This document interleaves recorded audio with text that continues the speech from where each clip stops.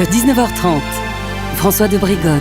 Bienvenue dans ce journal. Le volume de gaz russe transitant par l'Ukraine vers l'Europe a baissé pour la première fois depuis le début de l'invasion. À la suite d'une intervention russe, cela pourrait nous causer des problèmes financiers. La question de l'abattage sans étourdissement revient au Parlement bruxellois. Que cherche à obtenir Georges-Louis Bouchet en Flandre? Le président du MR apparaît de plus en plus souvent dans les médias flamands, mais il est souvent présent aussi sur les terres flamandes. On fera le point, analyse. Le drapeau rouge est hissé dans les fagnes, les risques d'incendie sont là, la faune et la flore sont en danger. L'iPod, un des fleurons de l'Apple pour écouter de la musique depuis 20 ans, tire sa référence.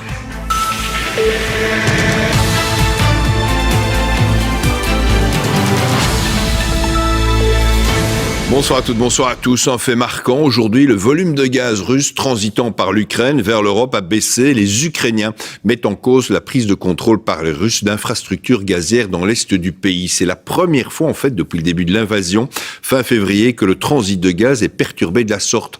Cela pourrait poser de gros problèmes aux Européens et à notre portefeuille. Cédric de Vries, Quentin Warlop.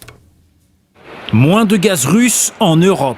Depuis aujourd'hui, près d'un tiers de ce que la Russie exportait chaque jour vers l'Europe n'est presque plus disponible.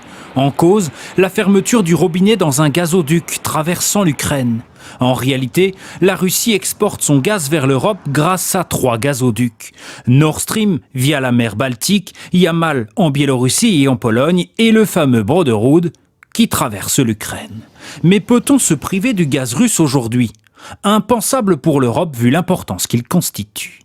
Évidemment, le gaz est absolument essentiel aujourd'hui pour faire tourner l'économie européenne. Et donc, si on coupait 40% de l'approvisionnement du gaz, ça créerait une disruption majeure, une difficulté majeure dans notre activité économique. Donc, au niveau des industries qui sont fortes consommatrices, au niveau de la génération d'électricité, au niveau du chauffage l'hiver prochain. Donc, ce serait dramatique. Aujourd'hui, le prix du gaz est 6 fois plus élevé que l'année passée. Alors, faut-il diminuer les quantités de gaz importés ou s'en priver totalement? Ça veut dire qu'à quantité équivalente, les revenus sont multipliés par ces facteurs-là et que pour impacter l'économie, il faudrait donc véritablement couper complètement le robinet. Résultat, le gaz va coûter encore plus cher car l'offre va diminuer pour une demande équivalente. Mais y en aura-t-il assez pour cet hiver?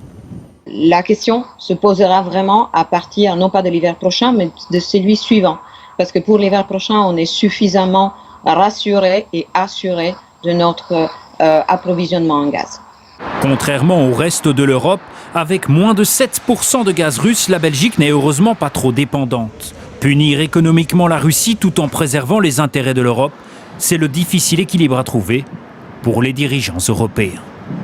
À suivre dans ce journal, la grande barrière de corail en Australie est à nouveau en danger à cause du réchauffement climatique. Certaines entreprises en difficulté se tournent vers la justice pour solliciter une PRG, une procédure de réorganisation judiciaire, une procédure qui offre quelques mois de répit aux entreprises pour se relancer et envisager mieux l'avenir.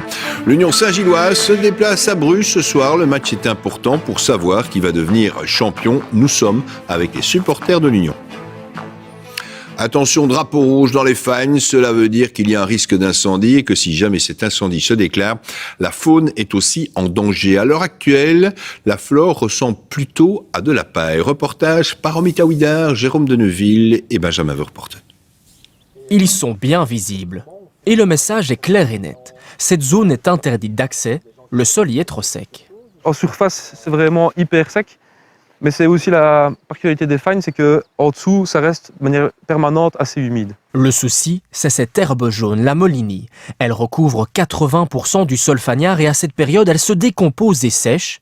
Un rien peut y mettre le feu. C'est de la matière morte en décomposition qui est ultra sèche. On peut comparer ça à de la paille. Avec au bruit, on l'entend. Et donc voilà, une sable étincelle là-dedans, c'est le brasier assuré. En plus, ici en Fagne, nous avons quand même un petit vent, qui est normal, vu qu'on n'a aucun arbre qui protège de l'effet vent. Et donc une fois que vous avez une flamme là-dedans, c'est parti, ça va à une vitesse folle. Car poussé par un vent de 50 km/h, le feu peut parcourir l'équivalent de 15 terrains de football en 1 heure. Comme en 2011, les flammes ravagent les fagnes, 300 pompiers et des hélicoptères sont mobilisés, 1300 hectares partent en fumée. Alors pour éviter que cela ne se reproduise, les pompiers sont préventifs. Tout départ d'incendie, notamment sur la région des Fagnes, va imposer une augmentation dans nos protocoles de départ et donc va systématiquement faire un envoi plus massif de moyens pour répondre très rapidement à un début d'incendie. L'objectif est donc d'éviter les incendies. Mais cette fermeture a aussi pour but de protéger la faune locale. C'est vraiment le moment où la sortie de l'hiver, les animaux sont en plein boom et donc vont se reproduire. Donc je pense aux oiseaux, je pense aussi que ce soit des biches avec leurs fans, etc. Et donc c'est une période cruciale pour la reproduction. Et donc la quiétude va de pair avec ça. Et c'est surtout aussi, donc, imaginons qu'il y a un incendie maintenant ici, toute cette production de l'année est foutue en fait. La surface fermée est importante, mais elle ne contient que quelques chemins de promenade. Y circuler malgré l'interdiction, c'est s'exposer à une amende de 150 €. Comme un nouvel appel à l'aide, la grande barrière de corail en Australie ne va pas bien. Victime du réchauffement climatique, les récifs blanchissent et se meurent. Le phénomène n'est pas nouveau, mais il ne cesse de se reproduire. Le site exceptionnel pourrait d'ailleurs être classé par l'UNESCO pour patrimoine mondial en péril. Mona Killen-Campana et Esmeralda Labi. L'image est trompeuse. Cette beauté sous-marine n'est qu'apparence. En réalité, la grande barrière de corail est malade, de plus en plus malade. La faute au réchauffement climatique. Les coraux dépérissent, les températures trop chaudes leur font perdre leur couleur. 719 récifs ont été étudiés, 654, soit 91%, présentent un certain niveau de blanchissement. We have to lower emissions. The survival of the reef depends on that. If we're to have any shot of a living reef in future, we have to be bringing emissions down very quickly through the 2020s. We need global emissions to be roughly halved over that period. La situation est préoccupante. C'est la 4e vague de blanchissement qui frappe le récif depuis 2016. Certes, les coraux ont la capacité de survivre, mais avec le temps, le réchauffement climatique, ils sont plus vulnérables. Un peu comme les humains, ils résistent au stress, mais jusqu'à un certain point. It's never too late. Now, we do have to be frank about just how serious trouble the reef is in.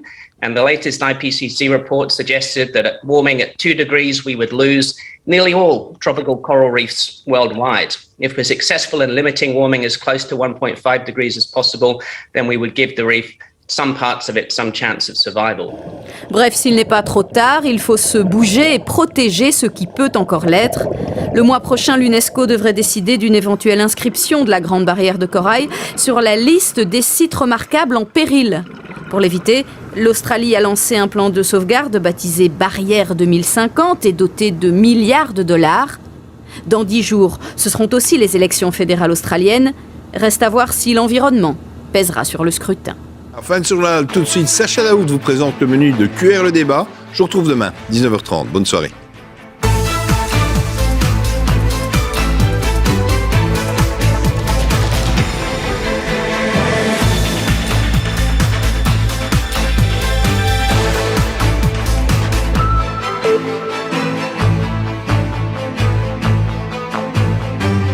Et ce soir, on vous parle encore de pouvoir d'achat et face à cela, tous les Belges ne sont pas nécessairement égaux. À tel point que beaucoup disent aujourd'hui qu'on serait bien mieux au nord du pays. Alors, les Wallons et les Bruxellois sont-ils les parents pauvres d'un pouvoir d'achat de plus en plus pauvre ? On écoute vos avis, recueillis ce matin à Charleroi. Les Flamands ont l'air plus à l'aise avec le coût de la vie. Les villes me semblent bien plus propres. Est-ce que c'est pour ça qu'ils sont mieux lotis niveau pouvoir d'achat ? Oui, on vit beaucoup mieux, certainement par là que par chez nous. Alors ce soir, on va essayer de savoir si oui ou non la Flandre a fait de meilleurs choix, si oui ou non la Flandre gère mieux l'argent public, ce qui permet justement d'autoriser un meilleur pouvoir d'achat. Des primes par exemple plus importantes pour les indépendants après la crise Covid. L'argent a-t-il été trop jeté par les fenêtres pendant des décennies ? C'est un débat qui risque de piquer avec un thème un peu provocateur, je vous l'accorde, et un face-à-face qui méritera toute votre attention, notamment entre Thomas Dermine et Théo Franken. On se réjouit de vous retrouver. Il sera 21h55 au moment du direct, on sera en direct et en public. À tout à l'heure.